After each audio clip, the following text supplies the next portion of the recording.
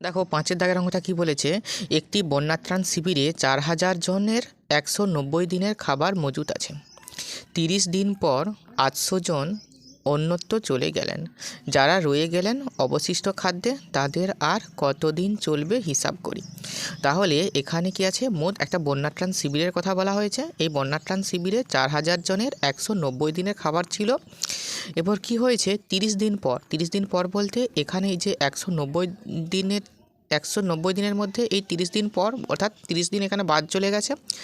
800 জন অন্যত্র চলে গেলেন। ছিল হচ্ছে 4000 জন, 4000 জনের থেকে 800 জন অন্যত্র চলে গেলেন, মানে 4000-এর থেকে 800 বিয়োগ করলে হচ্ছে 3200 জন হয়ে গেল, এরা রয়ে গেলেন।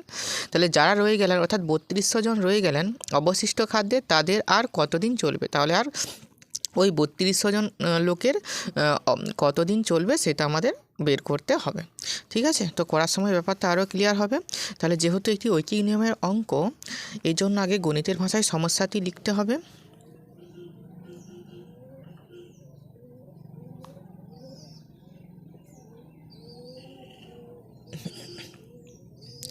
এবার আমাদের কি বের করতে হয়েছে, কত দিন চলবে। তাহলে দিন সংখ্যা বের করতে হবে। যেটা বের করতে হবে সেটা খাতার ডান দিকে লিখতে হয়। আর কি রইল, জনসংখ্যা। তাহলে এখানে হচ্ছে জনসংখ্যা। এরপর একটি লাইনের মধ্যে জনসংখ্যা এবং দিন সংখ্যা উভয় আছে, খুঁজতে হবে। দেখো এখান থেকে একটি লাইন, এখানে দেখো জনসংখ্যা দিন সংখ্যা আছে। আবার এখান থেকে একটি লাইন, এখানেও দেখো দিন সংখ্যা আর জন উভয়ই আছে।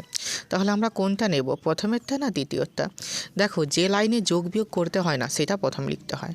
তো যেহেতু এই লাইনটা হচ্ছে মেন লাইন, তার জন্য এই লাইনটা আমাদের প্রথম লিখতে হয়। কারণ দেখো এইখান থেকেই তো দেখো এখানে 30 দিন পর, তো মানে এইটার কথা বলা হয়েছে 190 দিনের 30 দিন পর। আবার 800 জন অন্যত্র চলে গেলেন, তার মানে এই যে 4000 জনের 800 জন অন্যত্র চলে গেল, মানে এর থেকেই তো কমা বাড়া হচ্ছে। তাহলে এইটাই হচ্ছে আমাদের মেন লাইন। তো মেন লাইনটা প্রথমে লেখা হোক। তাহলে 4000 190 দিনের দিন সংখ্যা 190 দিন, 30 দিন পর, তাহলে 190 দিনের 30 দিন পর, তাহলে বিয়োগ 30 দিন। 800 জন অন্যত্র চলে গেলেন, মানে এই 4000 জনের 800 জন অন্যত্র চলে গেলেন। তাহলে 4000 বিয়োগ 800, তাহলে কত হচ্ছে 3200 জন। আর এখানে 160 থেকে বাদ দিলে হচ্ছে 190 থেকে 30 বাদ দিলে হচ্ছে 160। দেখো এখানে বাড়া কমাটা কিন্তু যেটা বের করতে হচ্ছে সেখানে কিন্তু একটি লাইনের মধ্যেই বের করতে হবে, কারণ আমাদের দিন সংখ্যাটা বের করতে হচ্ছে। তার জন্য আমরা এখানে একটা লাইনের মধ্যে যোগ বিয়োগ করে দিচ্ছি। এখানে কিন্তু আরেকটা নিচে লাইন করলে কিন্তু অঙ্ক ভুল। ঠিক আছে, যেটা বের করতে হবে সেটা কিন্তু একটা লাইনের মধ্যেই করতে হবে, আর যেটা বের করতে হবে না, অপর রাশিতে যেটা থাকবে সেটা কিন্তু দ্বিতীয় লাইনে আমাদের লিখতে হয়।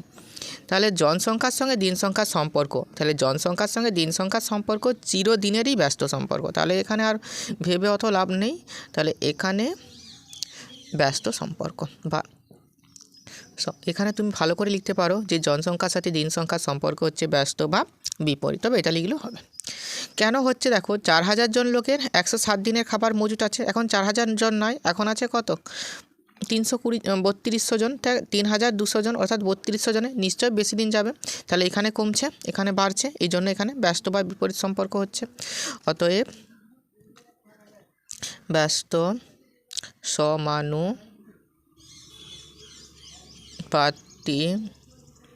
হবে। তাহলে প্রথমে 3200 অনুপাত এটা লিখতে হবে, তারপরে ডবল অনুপাত এটা লিখতে হয়।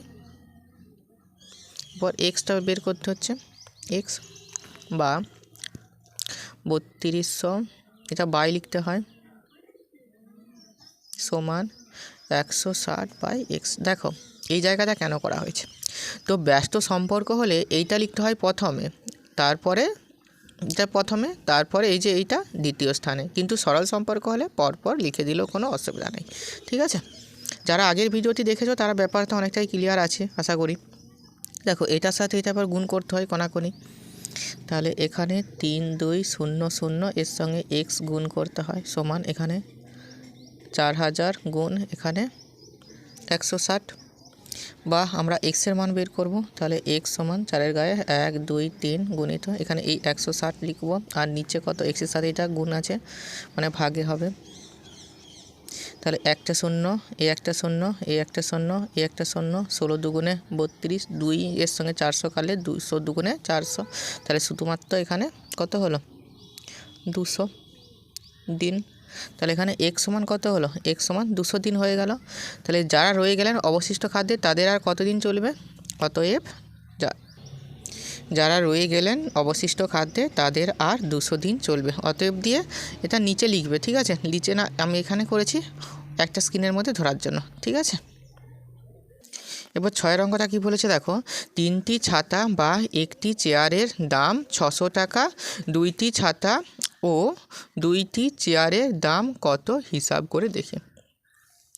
তো এখানে 3টি ছাতার যা দাম 600 টাকা, একটি চেয়ারের একই দাম 600 টাকা। এই তথ্য নিরিখে আমাদের 2টি ছাতা ও 2টি চেয়ারের দাম কত আমাদের বের করতে হবে। তো এটা প্রথমে আমরা অনুপাতে না প্রকাশ করে এটা সাধারণভাবে করছি, তারপরে আমরা এটা অনুপাতে প্রকাশ করব। তো কিভাবে সাধারণভাবে করতে পারি, তাহলে আমরা এখানে প্রথমে 2টি চেয়ারের দাম আগে বের করে নিই, ঠিক আছে। যেহেতু এখানে একটি চেয়ারের দাম 600 টাকা দিয়েছে, তাহলে আমরা এখান থেকে শুরু করছি যে যেহেতু একটি চেয়ারের দাম সমান, যেহেতু একটি চেয়ারের দাম সমান 600 টাকা, অতএব 2টি চেয়ারের দাম অবশ্যই বেশি টাকা হবে, তাহলে বেশি টাকা হলে গুণ হয়, তাহলে 600 গুণ 2 সমান 600 দুগুণে কত 1200 টাকা। তাহলে 2টি চেয়ারের দাম কত হলো, 2টি চেয়ারের দাম হলো 1200 টাকা, ঠিক আছে। এটা চেয়ার, এটা হচ্ছে চেয়ারের দাম। এবার আমরা 2টি ছাতার দাম বের করব, তাই তো 2টি ছাতার দাম আমাদের বের করতে হবে। তাহলে সেটা কীভাবে করতে পারি, কারণ আমরা এখানে 3টি ছাতার দাম 600 টাকা আর একটি চেয়ারের দামও 600 টাকা, তাহলে আমরা এখানে 3টি ছাতার দাম 600 টাকা লিখতে পারি এখানে। আবার 3টি ছাতার দাম সমান 600 টাকা। এরপর আমরা ঐকিক নিয়মের অঙ্ক অনুযায়ী করে দেব যে একটি ছাতার দাম কম হবে, আর কম হলে ভাগ হয় 600/2 টাকা। আমাদের কি চেয়েছিল, 2টি ছাতা, তাহলে 2টি ছাতার দাম 600/2 গুণিত এখানে, আচ্ছা এখানে দেখো এখানে 3টি ছাতার দাম 600 টাকা, একটি ছাতার দাম এখানে 2 হবে না, এই 3টা এখানে হবে, ঠিক আছে 3টা। তাহলে 2টি ছাতার দাম হবে 600/3 গুণিত এই 2টা উপরে যাবে, তাহলে 3 দুগুণে 6, তাহলে 200, 3-এর সঙ্গে 600 কাটলে 200, আর 200-র সঙ্গে 2 যদি গুণ করি 400 টাকা। আমাদের কি চেয়েছিল, 2টি ছাতা ও 2টি চেয়ারের দাম কত, তাহলে এই দুটোকে যদি একসঙ্গে যোগ করে দিই চেয়ার প্লাস ছাতা তাহলেই বেরিয়ে যাবে। তাহলে আমরা লিখি যে অতএব 2টি ছাতা ও 2টি চেয়ারের দাম, তাহলে প্রথমে 2টি ছাতা, তাহলে আমাদের এখানে 2টি ছাতার দাম বেরিয়েছে 400 টাকা, তাহলে 400 যোগ এবারে কি চেয়েছে 2টি চেয়ার, তাহলে 2টি চেয়ারের দাম আমাদের বেরিয়েছে 1200 টাকা, তাহলে একসঙ্গে যোগ করে দিলে হবে। তো অঙ্কটি কিন্তু এভাবে করলেও হয়ে যাবে, কিন্তু যেহেতু এগুলি অনুপাতের অঙ্ক তার জন্য অনেক স্কুল চাইবে যাতে অনুপাতেই প্রকাশ করে অঙ্কগুলি করে। তাহলে আমরা প্রথমে এইটির দিকে প্রকাশ করব, 2টি ছাতা ও 2টি চেয়ার। তাহলে আমাদের 2টি ছাতা আর 2টি চেয়ার সমান কতগুলো ছাতা আগে বের করে নিই, ঠিক আছে। তাহলে আমরা এখানে 2টি ছাতা ও 2টি চেয়ার সমান ড্যাশটি ছাতা। দেখো ছাতা তো বের করছি, তাহলে 2টি ছাতা মানে কি 2টা 2 ফিক্সডই থাকবে, এখানে কি 2টি চেয়ার, তাহলে যোগ 2টি চেয়ার মানে কতগুলি ছাতা সেটা আমাদের প্রথমে বের করে নিতে হবে। তাহলে আমরা এখানে কি দেখেছি, আমরা দেখেছি যে একটি মানে 3টি ছাতা বা একটি চেয়ার, তাহলে যে 3টি ছাতা সে একটি চেয়ার, 3টি ছাতার সঙ্গে একটি চেয়ার সমান আছে, তাহলে আমরা এটা লিখি যে একটি চেয়ার সমান, আচ্ছা এখানে আমি করে দিচ্ছি দেখো যে একটি চেয়ার সমান কি হচ্ছে বলো, একটি চেয়ার সমান 3টি ছাতা, এই যে 3টি ছাতা, একটি চেয়ার সমান 3টি, একটি চেয়ার সমান 3টি ছাতা। তাহলে আমাদের কি বের করতে হবে, আমাদের এখানে দুটি চেয়ারের কথা বলেছে, তাহলে দুটি চেয়ার, তাহলে 2টি চেয়ার সমান নিশ্চয়ই বেশি ছাতা হবে, তাহলে 3 গুণ 2, 3 দুগুণে কত 6, তাহলে 6টি ছাতা। আচ্ছা, এই অঙ্কটি তোমরা একটু বড় স্ক্রিন করে দেখবে, অর্থাৎ রোড করে নেবে, একটু ঘুরিয়ে নেবে, তাহলে দেখবে ভালো হবে। ঠিক আছে, তাহলে 2টি চেয়ার সমান 6টি ছাতা, তাহলে আমরা এখানে 2টি ছাতা আর এখানে 6টি ছাতা, তাহলে 2 আর 6 কত 8টি ছাতা।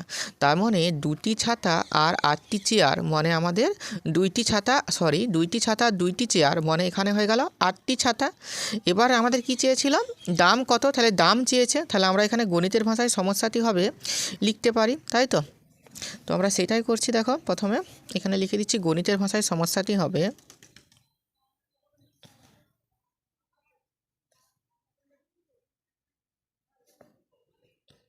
আমাদের যেহেতু এখানে দাম চেয়েছে, দাম কত, তাহলে আমরা এখানে দামটা এখানে লিখিয়ে দিই। দাম ছাড়া আর কি রইল, আমাদের বের করেছি কি ছাতা, যেহেতু বের করেছি তাহলে এখানে ছাতার সংখ্যা লিখতে পারি, ছাতার সংখ্যা। ঠিক আছে, তো এখানে দেখো 3টি ছাতা বা একটি চেয়ারের দাম 600 টাকা। যেহেতু আমি ছাতার সংখ্যা, তাহলে আমাকে 3টি ছাতার কথা এখানে উল্লেখ করব, তাহলে এখানে 3টি কত দাম আছে 600 টাকা। আর আমাদের কত বার করেছি 8টি বের করেছি, তাহলে আমি এখানে 8টা লিখি, এখানে 8টি কত, আমি এখানে জিজ্ঞাসা চিহ্ন দিয়ে দিচ্ছি। দেখো 3টি ছাতার দাম যদি 600 টাকা হয়, তাহলে 8টি ছাতার দাম বেশি হবে, তাহলে 3-এর জায়গায় 8 বাড়ছে, আর যেটা দাম হবে সেটাও বাড়বে।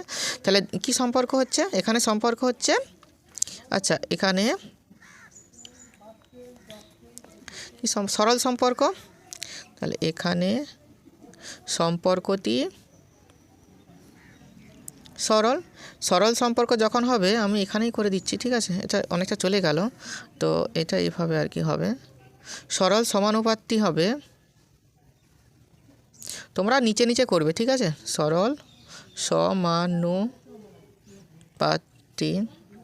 হবে, সরল সমানুপাতটি কী হবে দেখো, তাহলে প্রথমে 3 তারপরে 8, তাহলে 3 অনুপাত 8, তারপরে ডবল অনুপাত হয়, ডবল অনুপাত 600 অনুপাত আর কি রইল বলো, এখানে এই যে x, 600 অনুপাত x।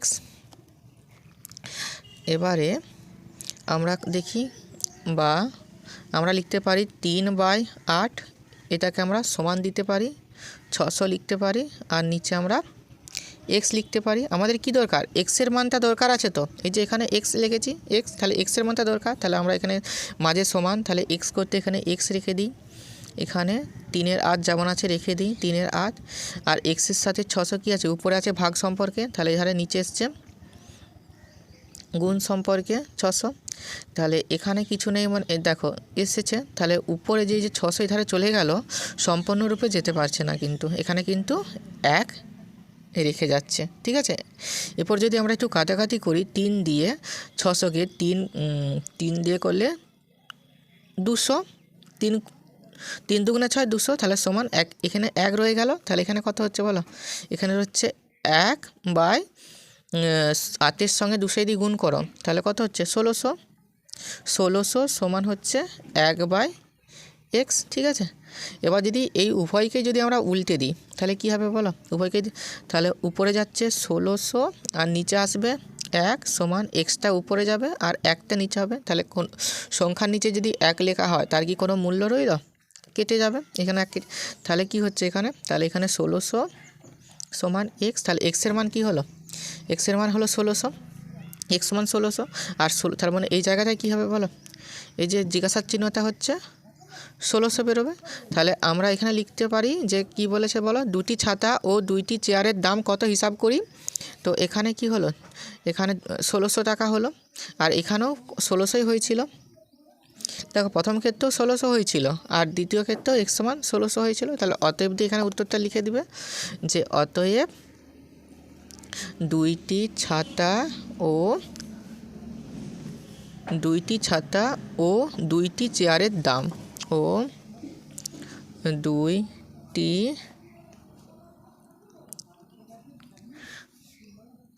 চেয়ারের দাম সমান এই যে 1600 বেরিয়েছে, দেখতে পাচ্ছ, এই যে রাউন্ড দিয়ে দিচ্ছি আমি, দেখো 1600। তবে অঙ্কটি ভালো করে প্র্যাকটিস করবে, ঠিক আছে? তাহলে কিন্তু বুঝে যাবে ব্যাপারটা কী করে হচ্ছে।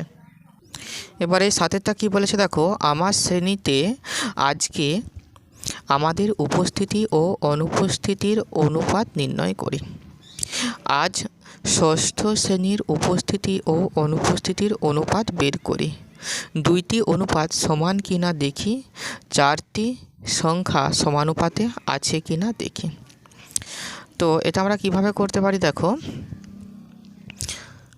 মনে বলেছে আমার শ্রেণীতে আজকে আমাদের উপস্থিতি আর অনুপস্থিতি, মানে ধরো আমি স্কুলে গেছি, সেখানে আমাদের মোট ছাত্রের মধ্যে উপস্থিতি আর অনুপস্থিতি বের করতে হবে।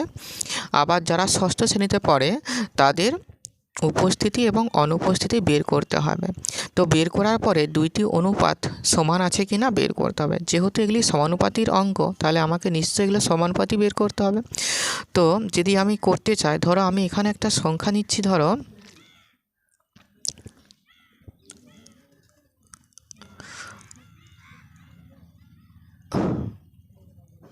আচ্ছা এটা ধরো 7 9, ঠিক আছে? আমি একটা ভগ্নাংশ নিচ্ছি 7 9, ঠিক আছে? কেন নিচ্ছি বুঝতে পারবে। এবারে আর একটা নিচ্ছি, এটাও এই 7 9 নিচ্ছি। এরপর এখানে গুণ দিচ্ছি, এখানে গুণ দিচ্ছি, এখানে গুণ দিচ্ছি, এখানে গুণ দিচ্ছি। এই উভয়ের সঙ্গে এই 7 9-এর সাথে প্রথমে আমি এখানে 7 গুণ করছি, এখানেও কিন্তু 7 গুণ করছি। তাহলে 7 7 হচ্ছে 49 আর 9 7 হলো 63।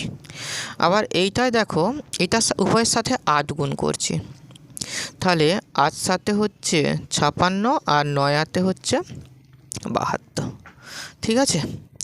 তো এবারে আমি কি করছি দেখো, এই যে 49টাকে আমি ধরছি উপস্থিত, আর এই যে 63 এটাকে ধরছি অনুপস্থিত।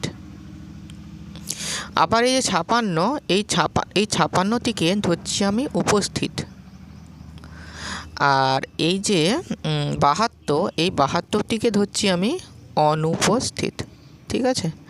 আর এই প্রথমটা ধরছি আমার শ্রেণী, প্রথমটাকে ধরছি আমার, আর এই দ্বিতীয়টাকে ধরছি ষষ্ঠ শ্রেণী। এইটা কিন্তু রাফে করতে হবে তোমাদের, ঠিক আছে? এই অংশটা কিন্তু একটু রাফ করে নিতে হবে, রাফে করতে হবে। দিয়ে অঙ্কটা আমরা কীভাবে শুরু করছি দেখো, দেখো এভাবে লিখছি যে আমার শ্রেণীতে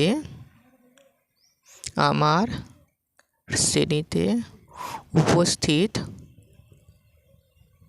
আমার শ্রেণীতে উপস্থিত, ঠিক আছে? উপস্থিতির সংখ্যা, আমার শ্রেণীতে উপস্থিতির সংখ্যা এই 49 জন।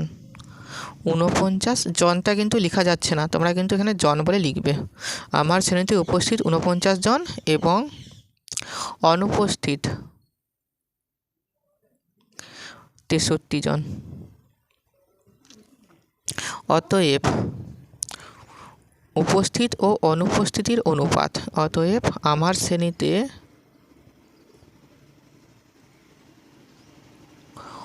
উপস্থিত ও অনুপস্থিতের অনুপাত সমান, তাহলে প্রথমে কি বলেছে, উপস্থিত ধরেছি 49 জন এসেছে ধরেছি, তাহলে 49 অনুপাত অনুপস্থিত 63, ঠিক আছে? এটা যেমন আছে রয়ে যাক, ঠিক আছে? এবারে আমি ষষ্ঠ শ্রেণীটা এখানে করছি। ষষ্ঠ শ্রেণীর উপস্থিতির সংখ্যা, তাহলে এইটা আমি 56 ধরছি, যে উপস্থিতির ষষ্ঠ শ্রেণীতে উপস্থিত 56 ধরছি, 56 জন, এবং অনুপস্থিতির সংখ্যা এখানে 72 জন ধরে নিচ্ছি, 72 জন। অতএব ষষ্ঠ শ্রেণীতে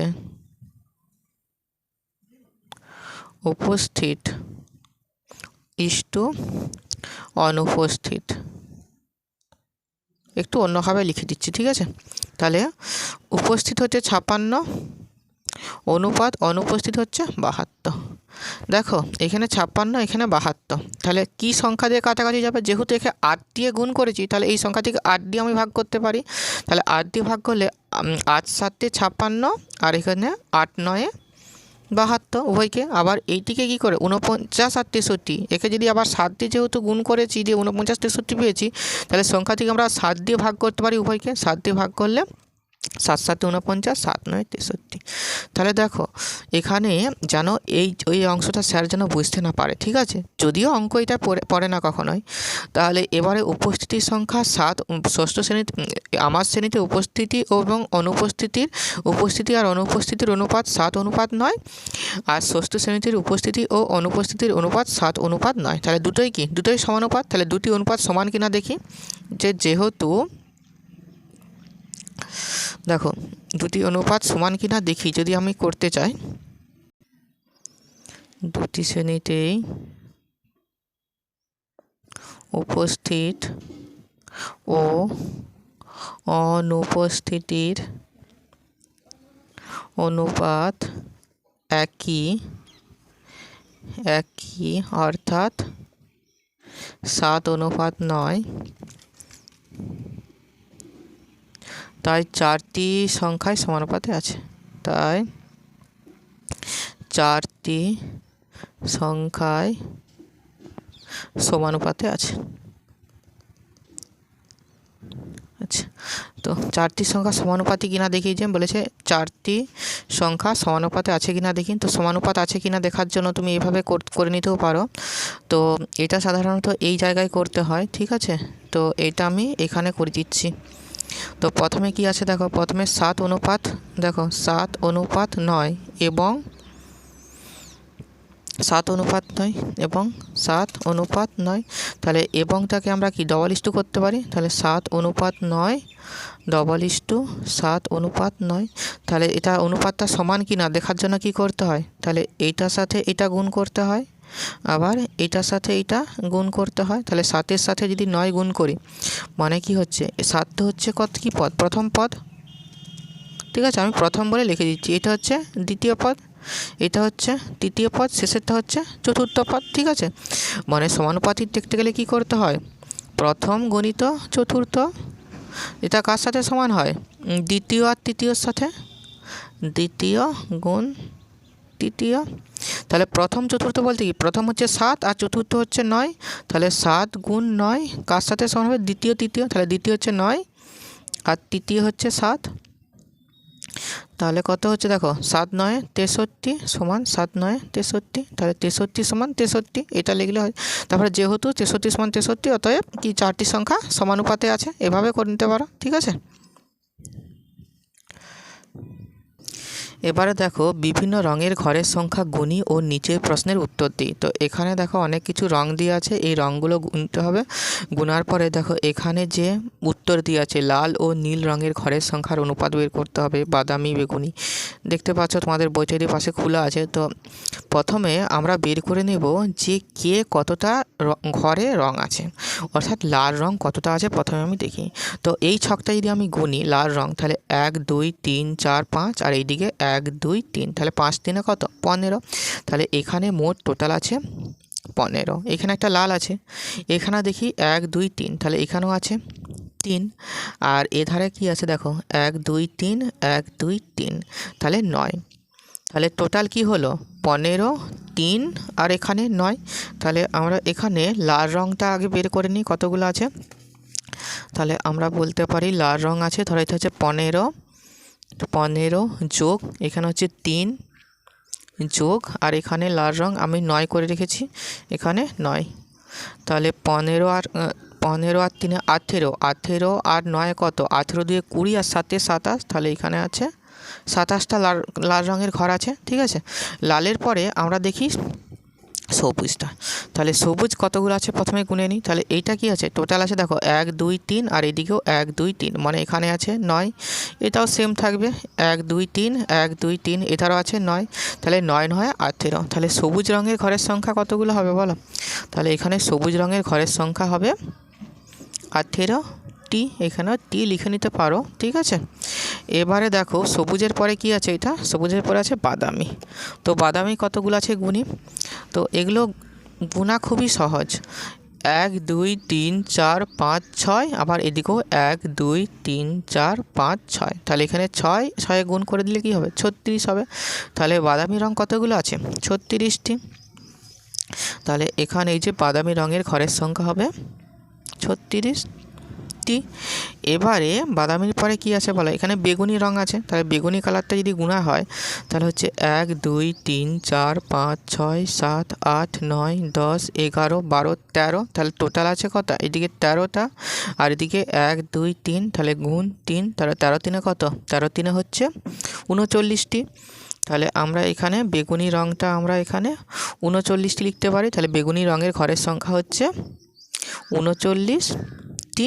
এবারে কি আছে হলুদ, তাহলে হলুদটা যদি আমরা এখানে বের করি তাহলে এখানে হচ্ছে 1 2 3 4 5 6 7, তাহলে এখানে 7টা হলুদ, আর এখানে যদি করি 7, এটা হচ্ছে 1 2 3 4 5 6 7 8 9 10 11 12 13 14 15 16 17, তাহলে এখানে 7 আর এখানে হচ্ছে 17, তাই তো 7 আর 17 যোগ করতে হবে।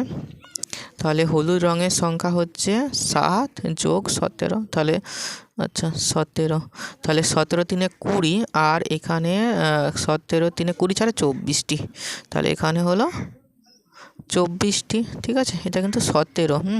আচ্ছা 7 যোগ 17, এবার তো বোঝা যাচ্ছে সমান 24টি। এবার নীল রঙের ঘরের সংখ্যা, তো নীল রঙের ঘরের সংখ্যা দেখো, তো নীল রং শুধুমাত্র এইখানেই আছে, তাহলে 1 2 3 4 5 6, তাহলে 6টি।